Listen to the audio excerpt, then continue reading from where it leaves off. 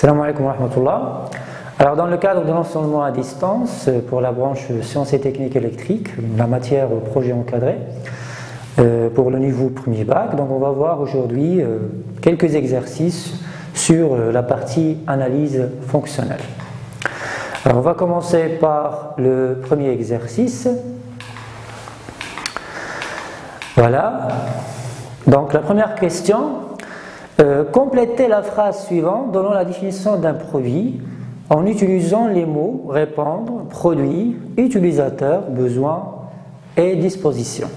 Et vous veillerez à ce que votre phrase ait un sens. Donc vous voyez, vous avez une phrase à compléter, vous avez un, c'est ce qui est mis à la, d'un pour à un. Alors, tout simplement, donc un produit, donc on va utiliser produit. Un produit, c'est ce qui est mis à la disposition d'un utilisateur pour satisfaire ou pour répondre à un besoin, tout simplement.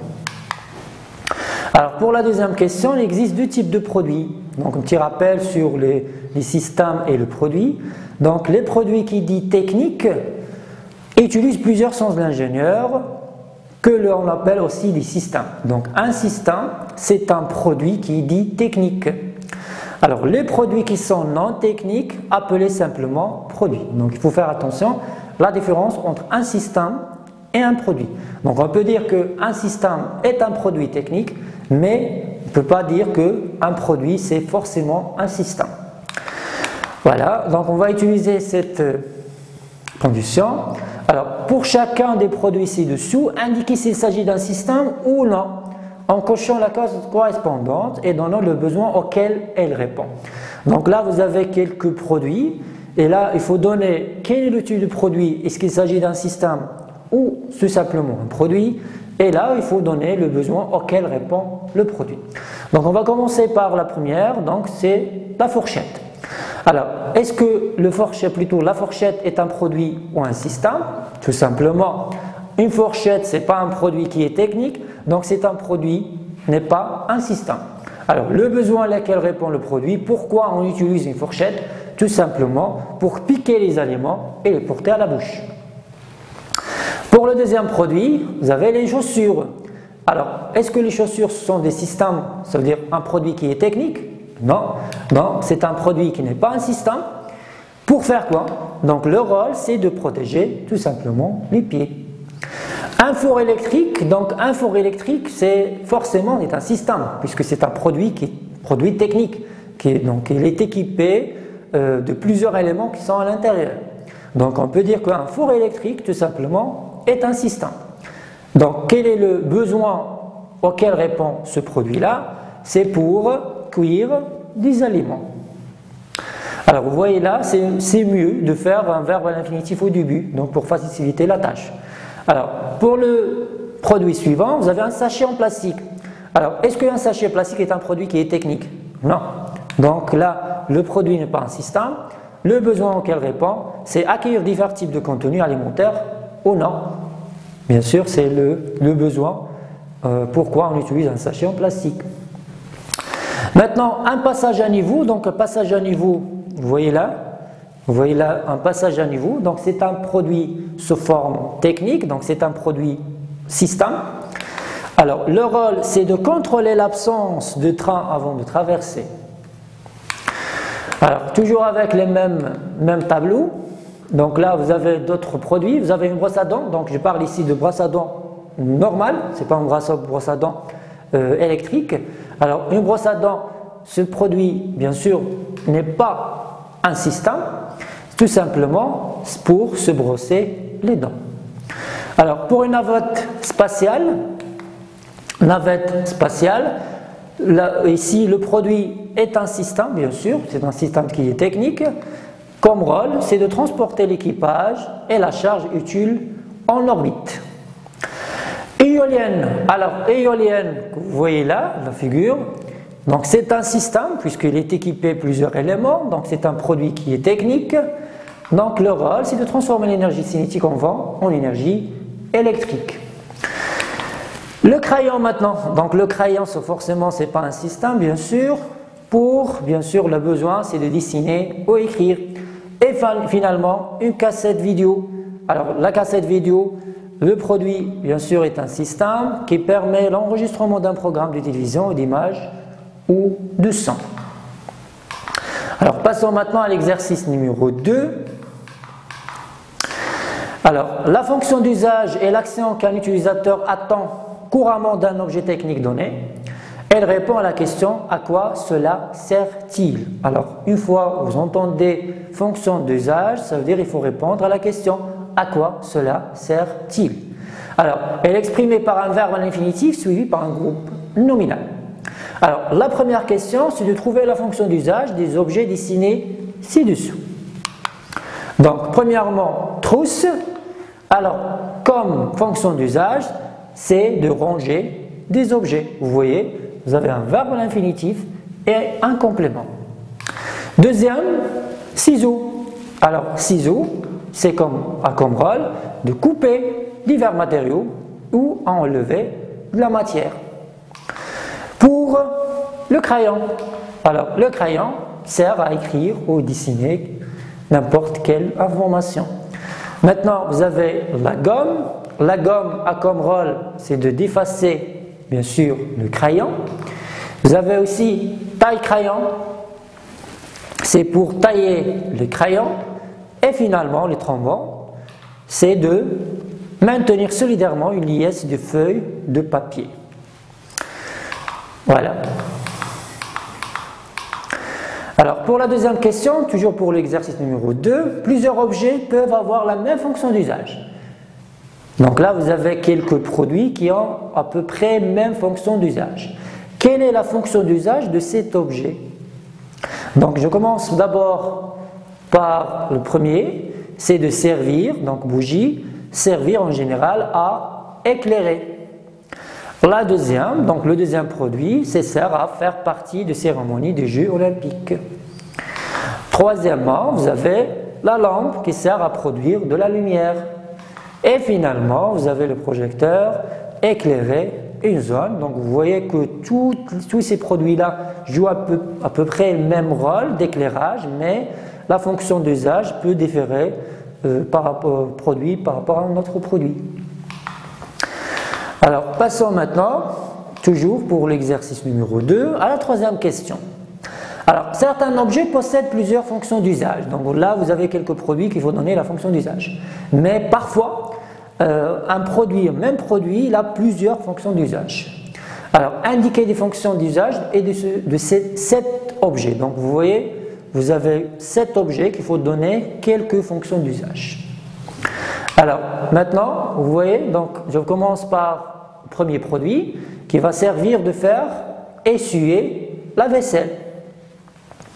Et en même temps, peut faire l'absorption ou l'absorber les liquides, n'importe quel type de liquide. Deuxièmement, vous avez la règle.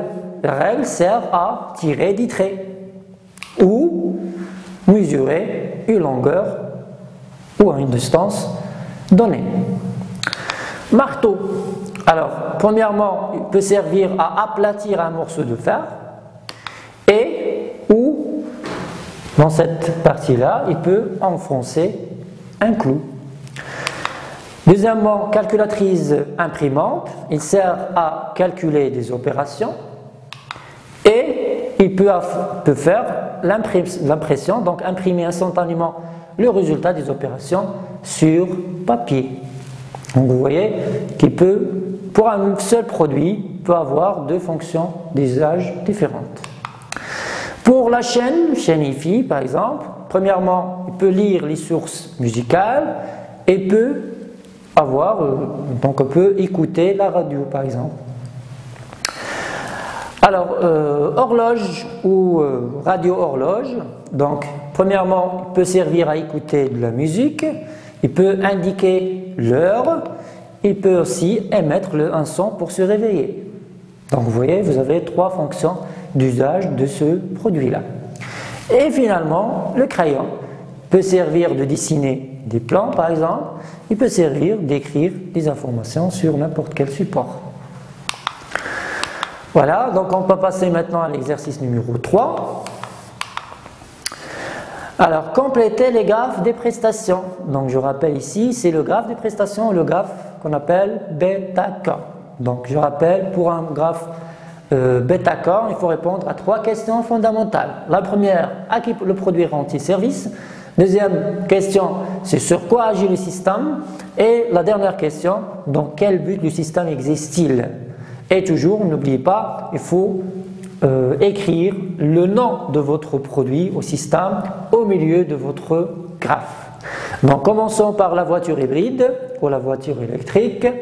Alors, donc vous voyez, il faut écrire d'abord la relation, plutôt le nom de votre produit au milieu de votre graphe. Alors, à qui rend-il service? N'importe quel donc, utilisateur, conducteur plus précisément. Alors, dans quel but? C'est de déplacer le conducteur facilement, bien sûr en utilisant de l'énergie électrique puisque c'est une voiture hybride. Et sur quoi agit le système? Donc là, il faut répondre déplacer le conducteur facilement sur quoi? Sur, bien sûr, il va agir sur la route. Alors là, sur la route, et on peut dire par exemple sur le conducteur lui-même. Donc la même chose pour le deuxième produit, c'est sèchement. Donc même réponse. Alors à qui le produit rend-il service? Donc là, c'est usager en général, utilisateur, citoyen, n'importe l'habitation, des habitants, etc. Alors dans quel but? C'est de sécher tout simplement les mains. Donc là, c'est mieux d'utiliser des verbes en infinitif avec un complément. Alors sécher quoi? Donc il va agir sur les mains. Le produit suivant, aspirateur, mais il est automatique, autonome. Alors, à qui le produit rend-il service? Au client. Sur quoi, plutôt dans quel but? C'est d'aspirer les poussières, la poussière, et il va agir sur quoi? Tout simplement sur la poussière. Le produit suivant, le grille-pain. Alors, il rend service à qui? Plus précisément au cuisinier, n'importe quel, homme, utilisateur, etc. Dans quel but? C'est de griller le pain. Vous voyez, un verbe à l'infinitif suivi d'un complément. Sur quoi agit-il? Tout simplement sur le pain. Toujours, il faut répondre à cette question. Il va griller quoi? Donc, il va griller le pain. Le produit suivant, c'est cric ou clic de voiture roulant. Donc, il rend service à qui? Au mécanicien, plus précisément. Pour faire quoi? C'est permettre de lever la voiture en toute sécurité. Et il rend service, plutôt, on a dit mécanicien, pour permettre de lever la voiture en toute sécurité. Sur quoi agit-il? Sur la voiture, puisqu'ils ont précisé ici cric de voiture roulant. Le produit suivant, c'est un panneau de déroulant. Donc, il rend service à qui? Au consommateur en général. Pour faire quoi? Pour publier des annonces publicitaires dans un espace public. Donc, il va agir sur quoi? Il va agir tout simplement sur les annonces publicitaires. Le produit suivant, c'est le diffuseur automatique de parfum. Donc, il rend service à qui? Aux habitants, en général. Pour faire quoi? Pour diffuser automatiquement du parfum. Donc, on a utilisé juste le verbe devient de nom diffuseur. Donc, diffuser automatiquement du parfum. Sur quoi agit-il? Sur le parfum, tout simplement. Le produit suivant, c'est l'agrafeuse. Alors, il rend service à qui? Aux étudiants, par exemple. Pour faire quoi? Pour aggraver les documents en général. Donc, sur quoi agit-il? Sur les documents. Le produit suivant, c'est un compteur électrique.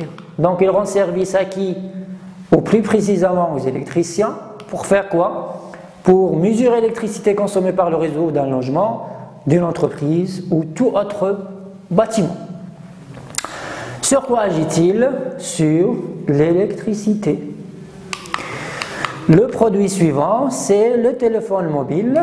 Donc, il rend service à un utilisateur ou un usager quelconque.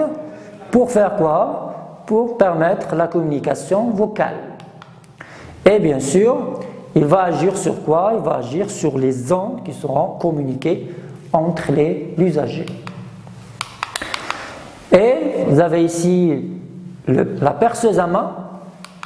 Alors, la perceuse à main joue, bien sûr, il rend service aux techniciens en général, menuiserie, forgeron, n'importe quel technicien. Pour faire quoi? Pour percer des trous dans des différents matériaux. N'importe quel matériau, bien sûr, le bois, le plastique, etc. Et sur quoi agit-il? Sur les différents matériaux, bien sûr. Alors, le dernier produit, c'est le tableau interactif. Alors, il sert à quoi? Donc, il rend service au professeur, par exemple, pour faire quoi? Pour afficher l'écran d'un ordinateur grâce à un projecteur et le contrôler, donc vous voyez là le projecteur, et le contrôler directement du tableau à l'aide d'un crayon souris. Sur quoi agit-il? Sur, bien sûr, écran d'un ordinateur. Et merci pour votre attention.